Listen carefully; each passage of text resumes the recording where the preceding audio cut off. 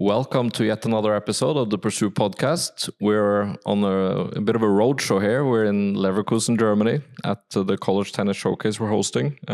This is a great way to connect with a lot of our student athletes. Some are about to embark on the journey. Others are, coming home and helping out a little bit here, and some have graduated. And we have fellow co-hosts here today. We have Nico again, so welcome. Happy to join again. Yeah, and then I'll let you give do the job of Truls, the intro of our special guest for this episode. Absolutely, very thrilled to have you, Catharina Graf, on the podcast for this episode. Former college golfer. Started her college journey in 2019 with a bachelor in finance and analytics, and then just actually finished her master's degree also this year. So congratulations from our end on that side. Went to the University of Indianapolis for 4 years, and then just transferred for her final college year to Rutgers University. And happy to have you on the podcast, and just super excited to talk to you, former All-American. So happy to join. Yeah, thank you for having me. So is it Cathi or Katie or Catharina? What did the Americans choose to call you? Oh, well, okay. So it's Cathi in German, and then whatever the Americans can pronounce, it's in English. So either Katie or Cathy. We couldn't really agree on it over 5 years, but that's that. But I also don't really care. Like, as long as I know that they're talking to me, it's all right. Yeah, cool. At least your last name is easier. Like for me, it was always the Nico Böhling, and it's like bowling, and like you get used to it when professors, going through the rosters and the sheets of people in class, and it was always quite interesting. Yes, that is always interesting for all internationals, really, 100%. No matter where you're from. 100%. Yeah. It's funny, the sports information people, they do also have these pronunciation guides on the rosters sometimes at school, so that they really, I remember they were coming up to all the internationals like, can I just get help with how I'm pronouncing your name? And then they would write it down. So they actually did a good job with this. It's a big spectacle, right, around college events and sport, and, to the T. Katie, yes. I mean, it's like for you, I would imagine is it that? I mean, I was a soccer player in college. I wasn't, but I'm very interested in golf. But I'm watching it on TV, so stepping onto the tee was it something like this? Yes, especially at nationals or like the bigger tournaments, they will step up to you before they announce you and ask you for the right pronunciation, and then you kind of just hope that they get it right. But to be honest, like, I'm not really bothered by it anyways. I know they're talking about me. It's pretty fun though if they call you up and they call your name and where you're from and what university you're playing for. It makes it very special. Yeah, I mean, it's all about who you represent, right? It's great. But let's go back to the beginning, right? Well, there obviously comes a point. We've all been student athletes in the US, and there comes a point where you decide that this is what I want to do.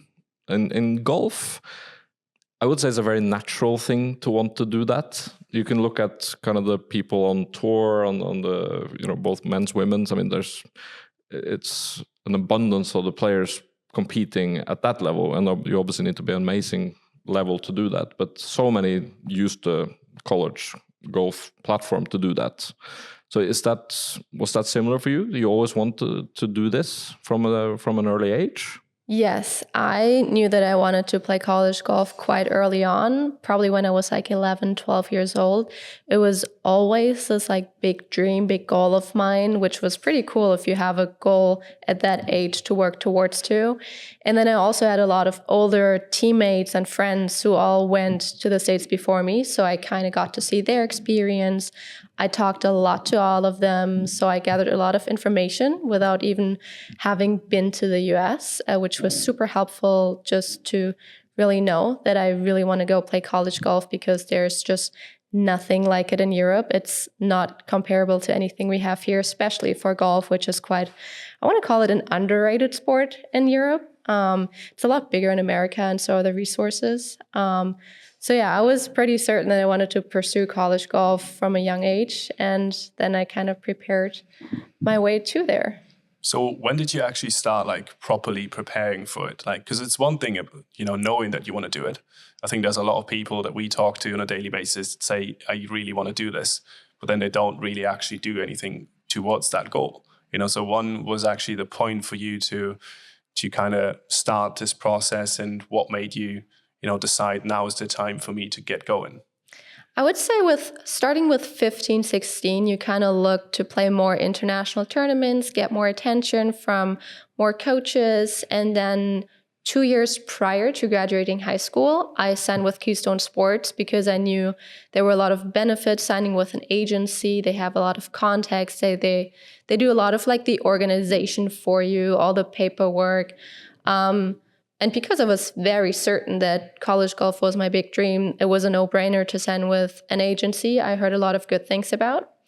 And that was kind of like signing with Keystone Sports was the first big step, because I feel like once you have your signature on the paperwork with a contract with Keystone Sports, it's like you're very committed, right? It's like on paper, now there it is, your big goal, right? And then you just really start practicing a lot. You play the right tournaments that might like push your ranking up, you talk to more people.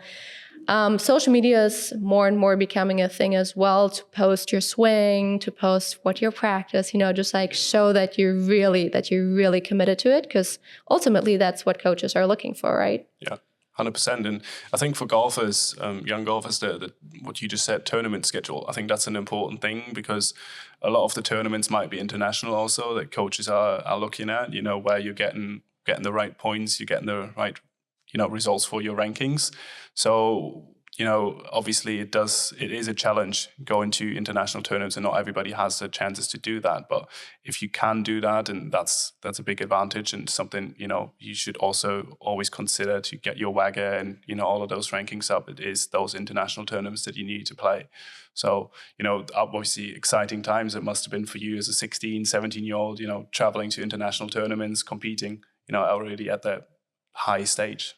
Yeah, it was very exciting. And of course, you need to play a lot of international tournaments, but there are more and more international tournaments hosted in Germany. So it's not like you need to travel super far distances. Of course, you can go to the UK, Austria, the Netherlands, right? But it's all doable if you really prepare your season, you choose your tournaments wisely, you talk to a lot of people, your coaches, your teammates that might already play college golf. So just really talk to a lot of people and get advice on things, because you will always find out more things through that, right? I didn't know anything looking back, right? Yeah. But it's not so common you from 11, 12, like, okay, plan A here, dream, what I'm working towards is college. That very few will have that. So I think you're lucky in the sense that you found that's my kind of calling, or, an ultimate thing that I want to achieve. And then, of course, you need to start making those steps. And one thing might be, committing yourself to a process, but always in the back of your mind was, how is what I'm doing helping towards reaching that goal? Because it starts from a young age, for you at least. But for many others, like Nico, you were very late in your process. You had it wasn't like college in the US was, and going to Iowa was your number one plan here. Absolutely. Like, that's why I'm interested in like your story like that, where you had that dream. I had that dream when I was like 13, 14 also. First time my parents went to the US, I was like, I really want to go here after I finished my Abitur in Germany. But I actually didn't start till I was 17. So for me, it was a completely different process, and I was late to the game, and then some obstacles with injuries and stuff came my way, and I still managed to get offers and still managed to be able to, get the experience. But it was a different experience because everything was rushed. The whole process was a little different because of that. I didn't really have the options maybe I would have had if I started the process earlier like you did. And I think that's the key point, where it's really just about preparation. And once you do know that this is your goal, this is your plan A, 100% you want to do this, it's never too early to start this process, even if it's just little things that you can do to get, a step in the right direction. I think that's a key factor that you need to be doing. Another interesting thing about this is, at lunch this morning, at breakfast this morning, we spoke to a colleague in Denmark who he just committed a soccer player to a school for August. We're in July, and he just decided, I want to do it.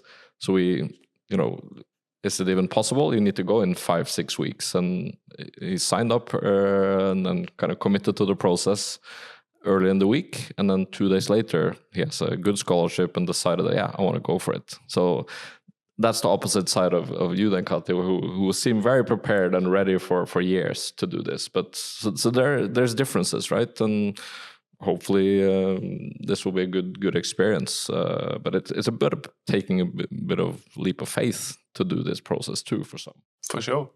There's many ways to Rome, right? Sure. When you think about it, like, what was your...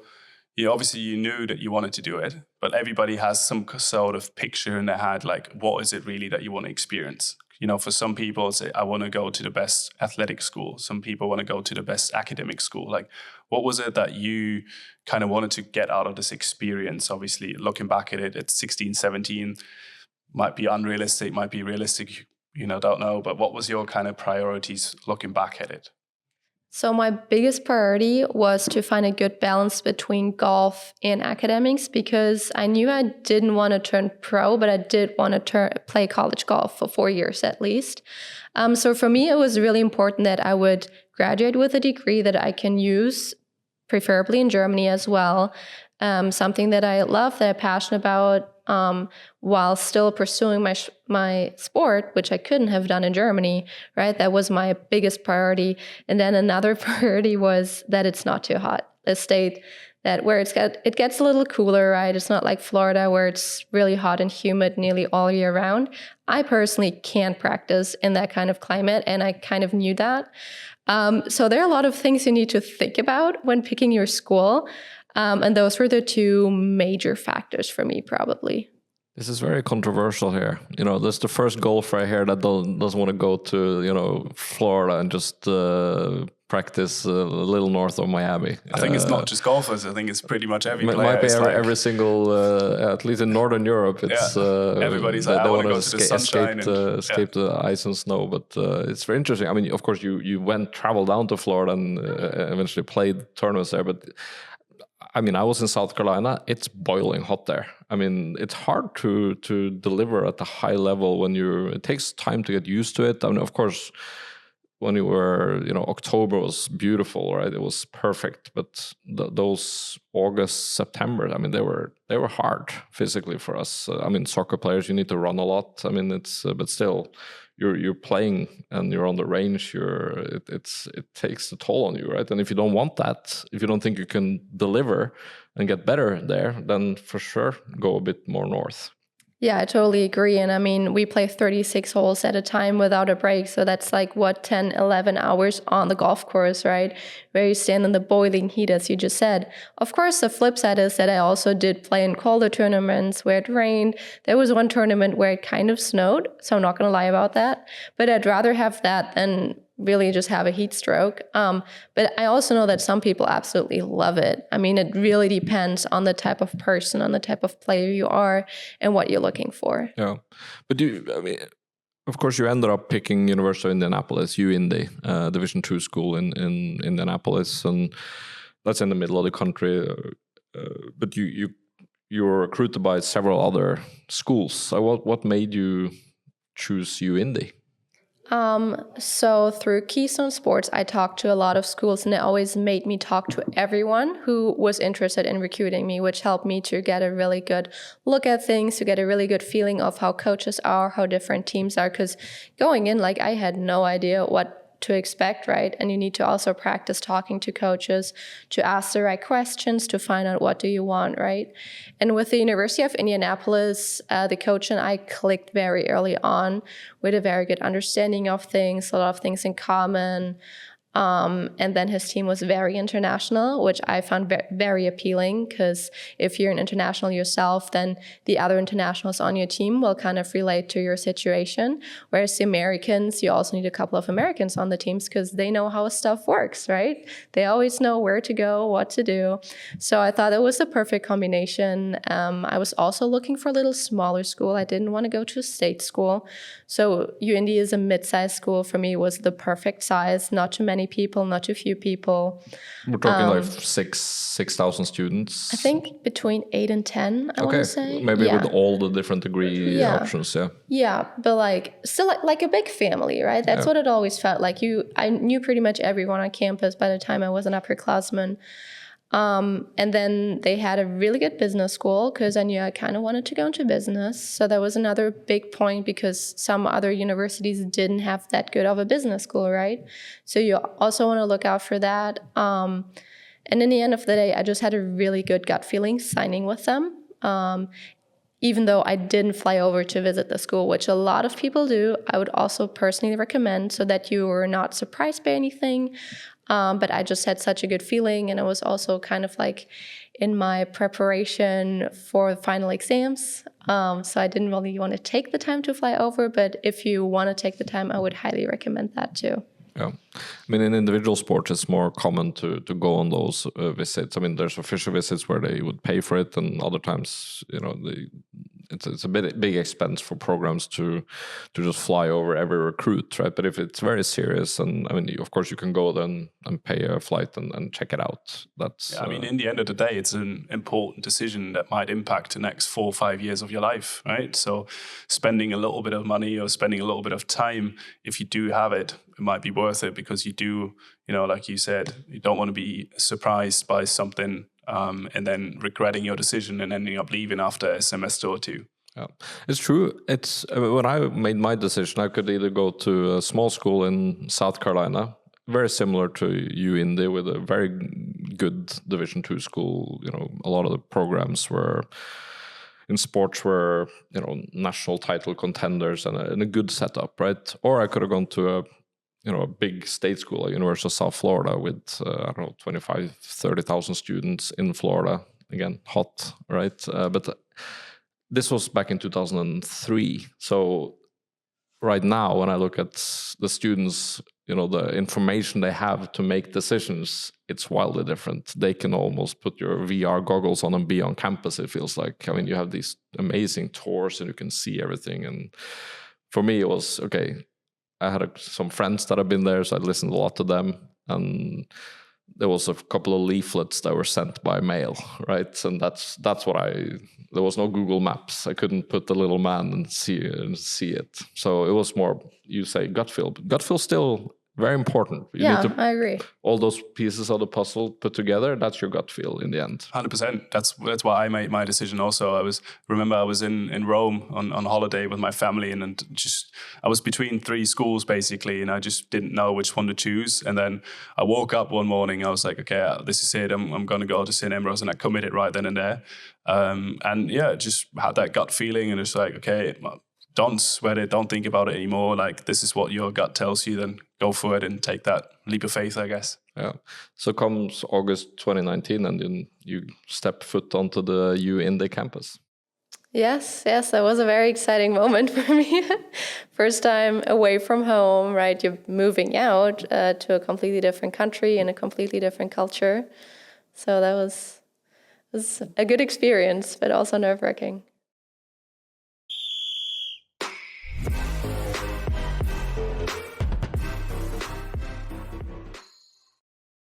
Yeah, I remember the feeling of stepping onto campus for the first time. Really, I mean, you hadn't visited. You've seen it on paper what you're about to embark on, but then it's different when you actually come there and see everything. Yeah, of course. You step into a completely new culture, which I, on my part, underestimated how different the American culture is, right? I was living in a dorm with 2 Americans, which is, I'm not going to lie, it's not very luxurious. You have the freshman dorms? The freshman dorms, yes. You earn your right to get more luxurious as you go, right? Oh, yes. No, already when I was a sophomore, I moved into a super nice apartments, and from there on didn't move until senior year, until I moved out. But the freshman dorms, it's like a very, down-to-earth experience. You have communal showers, you go eat with all the other freshmen in the cafeteria. You don't have a lot of space, you have your bed, you have your desk, Did you share a room? Oh yeah, with 2 other girls. Yeah. So my year was it was very big for my university. So they put a lot of people in those rooms, and yeah, you really get to know each other during that time, I would say. So frame it as it's so easy to get to know people, because you're sleeping 30 centimeters away from them. Maybe. Yeah, but the flip side is, you step onto campus day one, you have friends because you have the other freshmen, you have your teammates who can like kind of guide you on the way along. So everything gets a little more easy because you walk into the cafeteria with your teammates. They kind of show you around campus, show you how it works.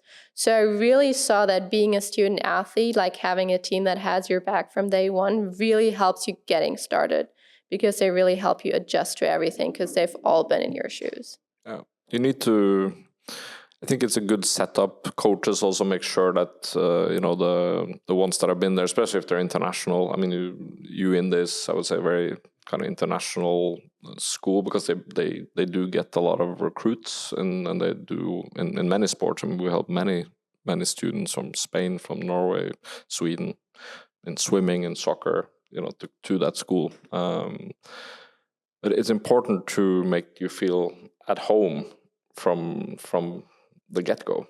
And I think they do a good job with that over there. I think it's normal that everybody's going to have some sort of adjustment period. For me personally, it took some time or so, similar experience to what you had, having just a random guy in your room. I was an only child and not used to sharing like that. So it was an interesting experience, and you kind of just have to either embrace it or you're going to have not such a great time then. And for me, it was also the first couple of weeks. I remember our two coaches from the soccer, two captains from the soccer team from Australia and from the UK. They basically picked me up from the room for every practice, making sure I'm not late. After every practice session, they took me to their apartment and we just played FIFA or just did something where I just didn't have time to even think about being homesick or missing my family, missing my friends. It was just like you're straight in it and you're surrounded by other people, like-minded people in the end of the day. And I think that makes it so much easier. And, you just have that support cast straight away. And if you're open to it, I'm still friends with a lot of these people. I ended up rooming with the same person for 4 years, and it was just a random roommate, golfer at the start. Oh, really? So, that was the first time ever I touched a golf club through him. So interesting experience for me also. Yeah, that's amazing. You get a lot of friends from other sports. You learn a lot about other sports like swimming, tennis. Like I had no exposure to these sports before, right? But then you make all these friends because they're German or they're from the UK. And so since you're European, you have a lot more things in common, right? Which is already the basis for a very good friendship. So it's very fun. And as you said, you're so busy, especially in those first couple of weeks if you are a fall sport. So if that means if your season is in the fall, you're so busy, you jump right into tournaments, into matches, into practices. School starts right away. So of course you get homesick. Of course you have like some difficulty adjusting like everyone has. It's a completely new culture, right? But at the same time, there's not that much time to think about stuff because you're so busy. You're making all of these new friends. You're always very excited the first couple of weeks because everything is so new. So I mean, it's a couple of very exciting and nerve-wracking weeks, I would say. Yeah. But you get into the swing of things right away with, you're on the team, you start practicing. And how is the team setting in golf versus what you were used to in Germany? So first of all, golf is an individual sport, right? Also in the States. But once you come to college, they kind of managed to make it somewhat of a team sport. It's very different. In Germany, you only really have golf as a team sport when we talk about Bundesliga and you play a foursome, right? But in college, you live with your teammates, you eat with your teammates, you work out with your teammates, you study with your teammates. It's like they're your friends, they're your family, right? So it's a completely different bond than you could ever expect to see it in Germany, right? Like all of these people I'm super close with, like some of them are my best friends to this day, even though I haven't been in UIndy for over a year now, right? We're still in super close contact. And yeah, in the end of the day, I think that's what really, really helps you get through everything.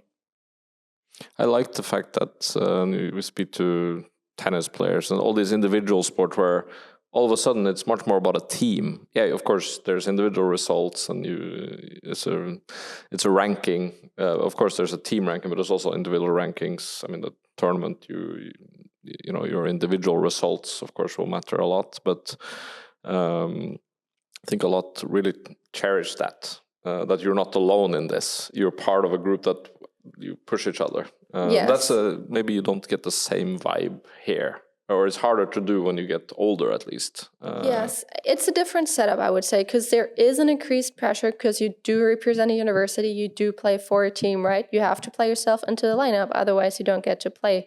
But once you're in this lineup, the most important thing is that the team wins or that the team does well. Of course, it's always important that you do well yourself, that everyone else does well. But if everyone does well, you'll win the tournament, right?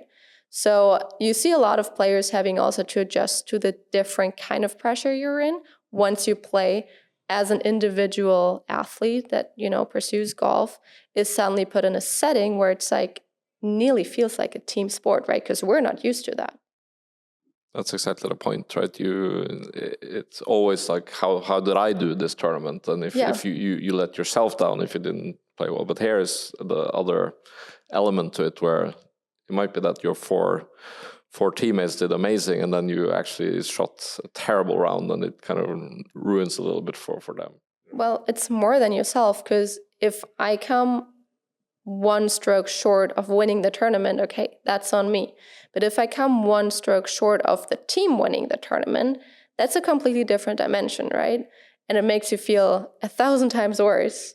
And it also makes it feel 1,000 times better if you do manage to win. Of course. Yeah. So it's a lot more exciting to win tournaments. And another thing that is maybe very important to mention here is that there are different winning rates depending on where you go. So if you play D1 or D2, because in D1, I feel like it's great if you place top 10 with your team. In D2, from my experience, if we didn't win the tournament, we didn't do so well. So it's very fun to win, and that's what I really enjoyed with D2, because I feel like a lot of people feel like D2 is not as good as D1, coming from like the Bundesliga system, for example. But that's not, the differences are very different than we would expect coming from Germany.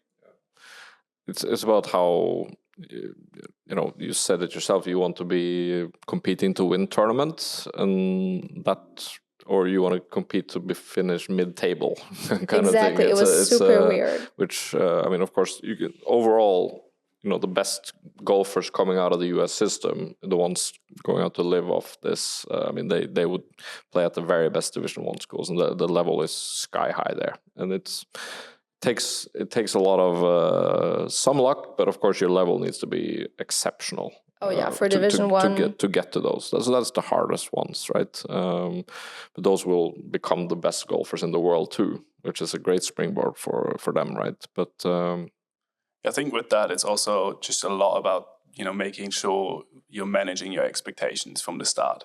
You know, there's a lot of schools where, you know, you might not even be playing as a freshman, so somebody in your first year, you're not even considered to be able to make the cut to go to those tournaments. And, you know, even if you're maybe a good player, you know, that's something, it's a tough pill to swallow, isn't it then? So it's, you know, about managing your expectation and knowing what setting you're kind of getting yourself into. How's the coach? You know, coaching relationships are always important.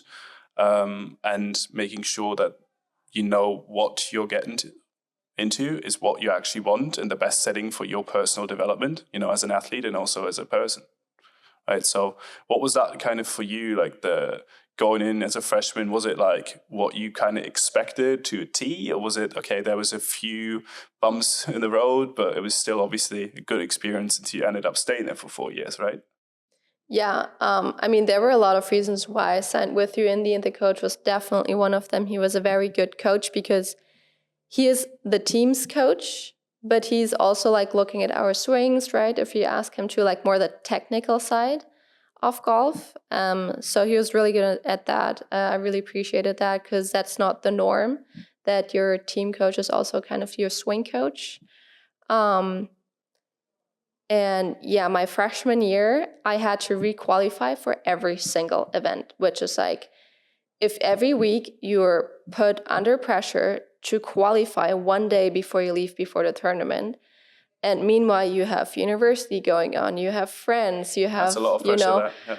Your parents that you haven't called for all of a sudden 3 weeks, So my freshman year, I was really put constantly into pressure situations.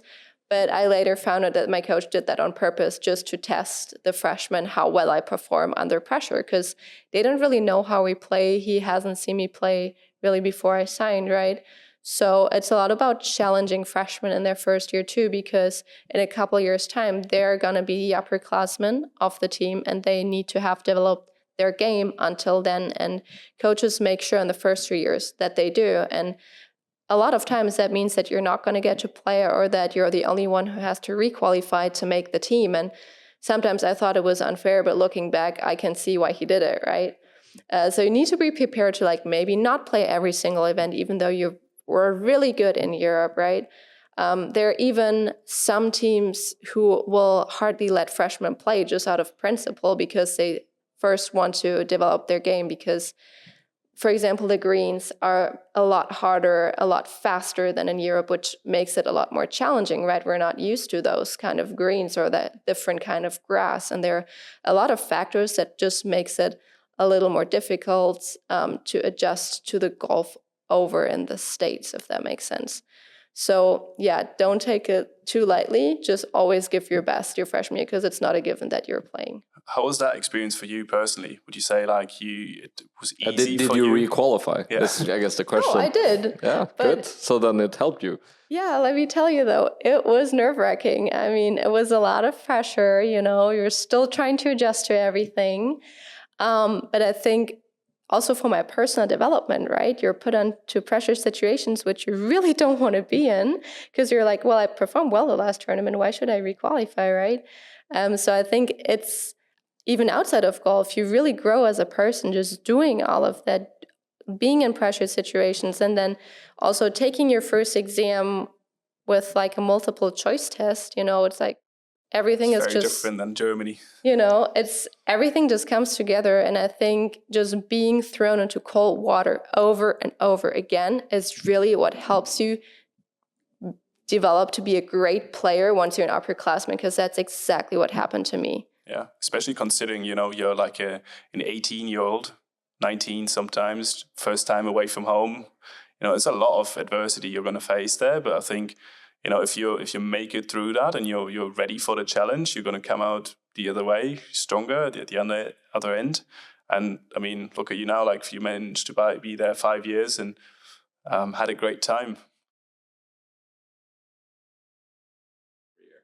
Every year. Oh, I think year to year that kind of changed because we did get to play a couple of D1 tournaments as a D2 school. So that was always very exciting because D1 tournaments are usually a little bit bigger. They're just made a little more exciting. So my freshman year, there was this one D1 tournament where we had a DJ on the range to warm up, which for me was mind-blowing. How cool is that? A DJ on the range, right? You don't have that in Germany. So that was a great experience as a freshman. But I think looking back as I got older and got to be in the lineup every single tournament, I would say postseason. And by postseason, I mean conference, regionals, and then the national championship, right? I mean, there's nothing like it. It's just so well organized. You're just so fired up with your team. And that's really when the team also comes together, when you really feel inseparable because you're working towards, your big goal of eventually maybe winning that national championship. Oh, at an amazing course. I mean, there's so many good courses. Of course, you get to play, but also, I mean, just the abundance, at least in South Carolina, where that's like golf heaven, I would say. So many exceptional courses, right? Did you, because I was speaking with a lot of golfers, I mean, can be a bit more tricky, right? You mentioned the grass, the greens, etc. I mean, there's also, you play longer courses versus how it was back home. Did you find that a challenge, or you need to adjust your game based on the differences there? I wouldn't necessarily say that there's that much longer, but there will be other things like when you say in South Carolina, right, there are alligators on the golf course, right? I'm scared to death of alligators. So there's other things that, you need to just focus, even though there's an alligator next to you. And then I would say the biggest difference is probably around the greens, right? Because if the greens are hard, if the greens are fast, then the way you hit into the green will be completely different because it's not going to spin as much as in Germany, right? So really your short game and hitting really nice shots into the green, I think that was like for me the biggest challenge, which I honestly struggled with into my 5th year. Because the greens, if they're fast, you have to play the ball so differently, how it rolls, right? Everything changes. And you need to adjust to it very quickly. You're playing a different tournament nearly every other week. And the grass will be different, the greens will be different every single week. So you really have to find a way, find some drills maybe to adjust to the new conditions for every week. Yeah. How did you find the difference between the fall semester and the spring semester as a golfer? Okay, starting with golf is actually a spring sport because the national championship is in spring, right? But we do get to compete in the fall, but it's usually a little less tournaments, so 4 to 5 tournaments in the fall, and then 5, 6, 7 tournaments in the spring, depending on if you make it to nationals or no. Because if you don't qualify for regionals, you kind of end at conference. So that will depend team to team, university to university, right? So fall is a little more relaxed. I would say we focused also a little more on like our physical strength. You focus a little more on school, and then the spring you're really on. You're really starting in February, March, depending on what climate zone you're in. You're playing tournaments nearly every other week. You're requalifying. You're practicing more. In the fall, we get 2 days off in D2. In the spring, we only get 1 day off, for example. So the spring is really the time to like play your best, so you really make it far in postseason. Yeah, and of course you want to go on the dance floor and make it to nationals, right? Oh, absolutely. That's everybody's dream to do that. But you need to juggle a lot of balls with academics. I mean, you mentioned a good business school. I mean, and you got good grades. I mean, how did you find the because you are a regular student, or at least you have the same course load as all the regular students that don't have 5 or 6 days of golf practice plus long tournaments, travel, all of that. How did you find the combination?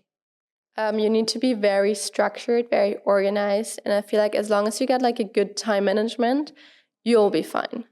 Because your freshman classes are realistically not that hard, so you kind of like get to ease into it a little bit, get familiar with the new system, right? Language. Language, yes.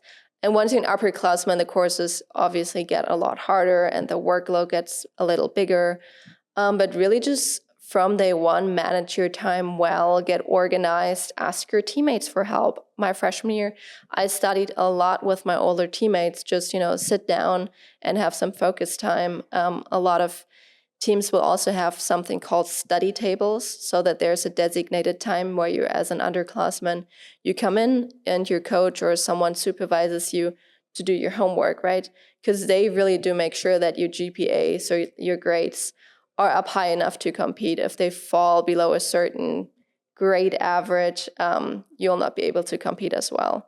So you need to be aware of that. I think to add to that, it's still a very good system in place, with professors also being very much aware that you're an athlete. Obviously there's times as a golfer also, or as a soccer player, it doesn't matter where you're going to miss class. You're on tournaments, you're away games, whatever it is, you're on the road. And there's certain things that you just can't, it's not in your hands, you're going to miss the class. And, from my experience in Germany, that is a no-go in most places where, every teacher is going to be like, no, this class is the most important class in the world. You're not going to miss that for any reason. And then in the US, you have a different system where obviously the professors, as long as you're still there and, putting in the work and, you're making sure you're doing the assessments, doing the assignments and all of that, they're fine and supporting you to be a good athlete, to do everything in your power to obviously represent the school. But then also, obviously, when it comes to that, you are a student first. You're always going to keep that in mind and remember that. And if you're making that happen, then everybody's going to be fine and everybody's going to be happy. It does take some time to adjust, though, for that. I would even go one step further, because obviously as golfers probably miss the most class because we just travel over like 3 to 4 days, right? And I would have all the emails from my professors. I would sometimes have their phone numbers to like shoot them a message, right? So since UIndy was a pretty small school, they were very responsive. And anytime I did have a question, they were very quick to respond, answer questions on my homework, answer questions on what I missed.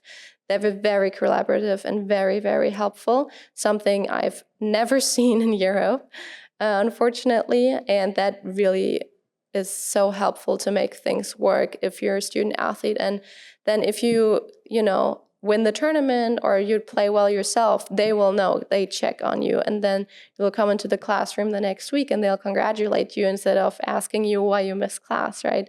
And that's a really good feeling that they also have your back if you perform well. Yeah. I mean, that everybody's under one roof, right? I mean, the coach is employed by the school, the professor is employed by the school, the athletic trainer, the physio is employed by the school. So you're all representing the schools. You all want to do that in a good way. It's amazing, that setup.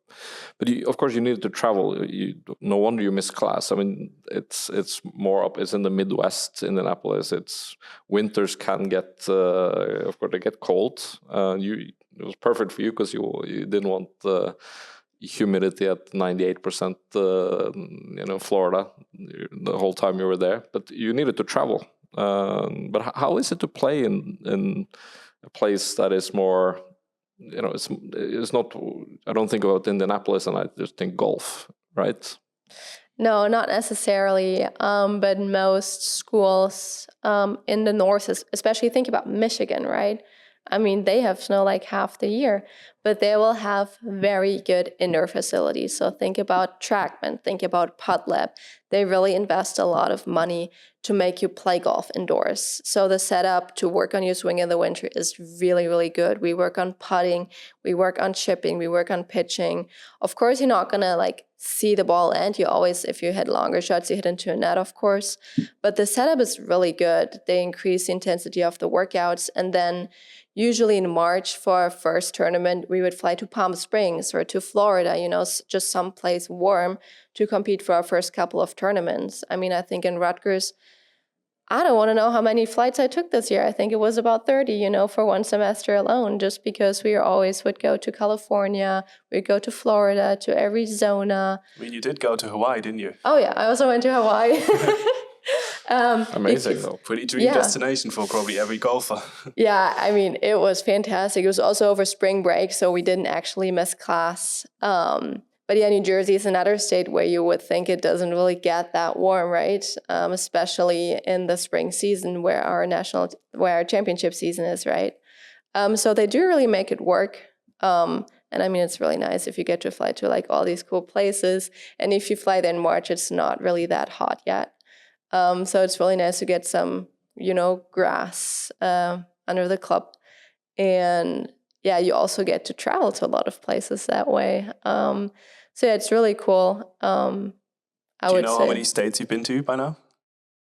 Ooh, I don't know. Probably a lot. Probably but for me, it was I'm around 29 by now. 29, really? Yep. I've not yet. I never counted. Not just all with soccer, but in the meantime, obviously, when you spend 5 years there, I'm very travel enthusiastic. So I managed to go to a lot of the states by now. Yeah. What's the favorite state? That's a good question. Probably since I spent so much time in Iowa and Illinois, it's close to home there. So my second home away from home, I would say that. Yeah.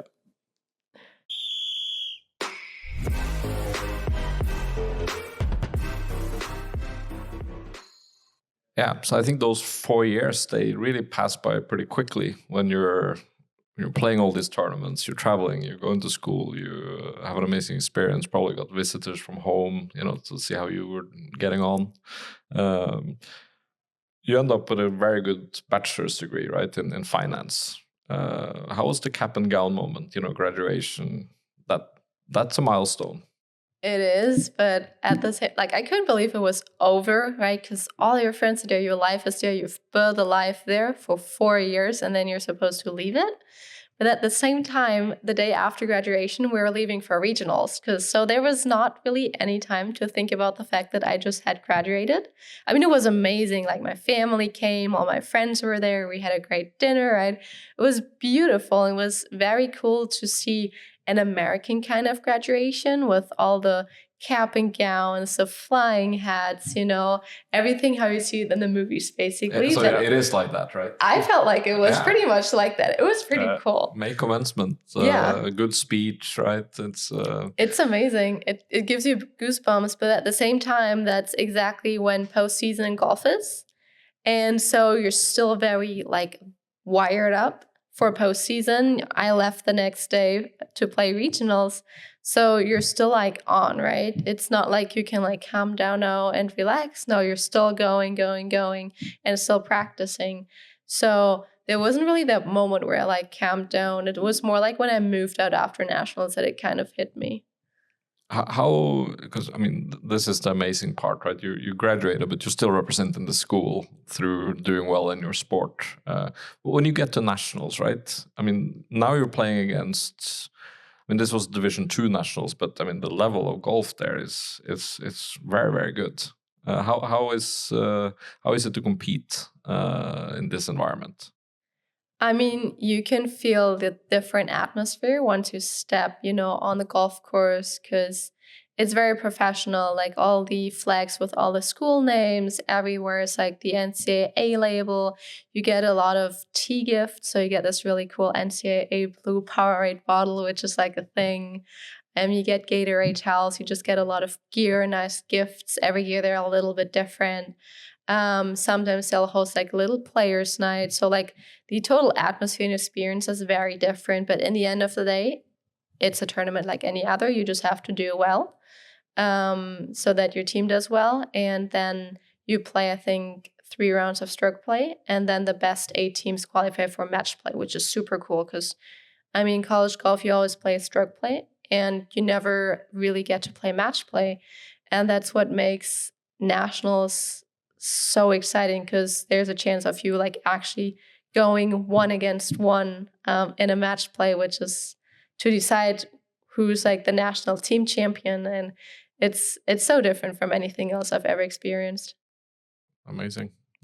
Wish I could have gotten to that level of golf. I'm just hacking away here. Started way too late. Very low level. So love the sport though. But you weren't quite done. You finished at UIndy, cap and gown, and then straight to nationals. Amazing.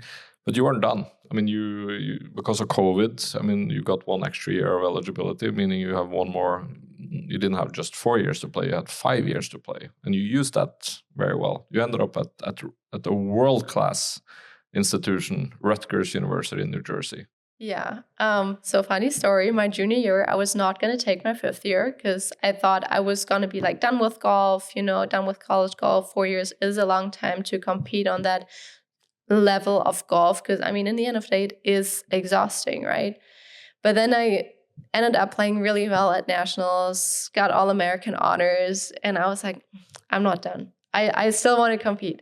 So I signed with Keystone Sports again because I worked with them the first time to go into the States just to look, what offers I could get. No pressure, if I can't find anything, I'll go back home. And then Rutgers reached out. I talked to a lot of really great universities. Kansas was one of them, and other really good schools. But again, I didn't want to turn pro. So I, again, was very much looking for the balance of a really good academic school and a very good golf program. And I feel like playing Big Ten still, a little bit more in the Midwest was just what I was looking for. And when they offered me, I was like, great, I'll be there.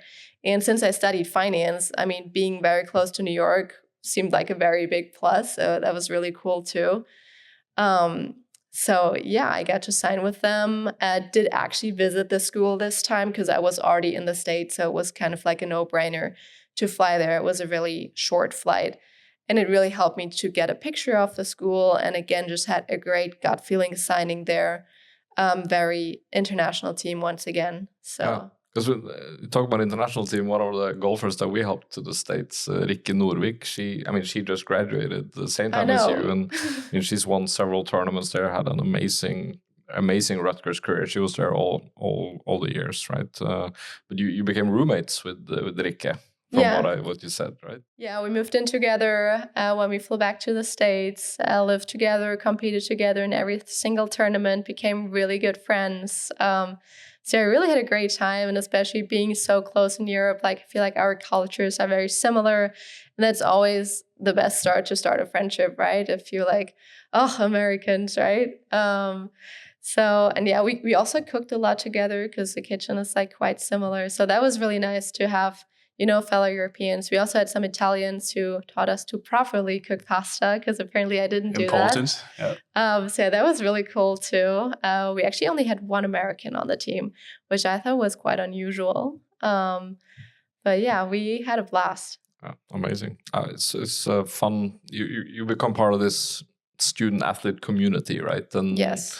You develop these lifelong friendships, which is amazing. Being able to do that twice, just having that in two different environments, going to two different universities, and putting yourself into that position where you're going to meet new people like that again, and getting another family away from home away from home.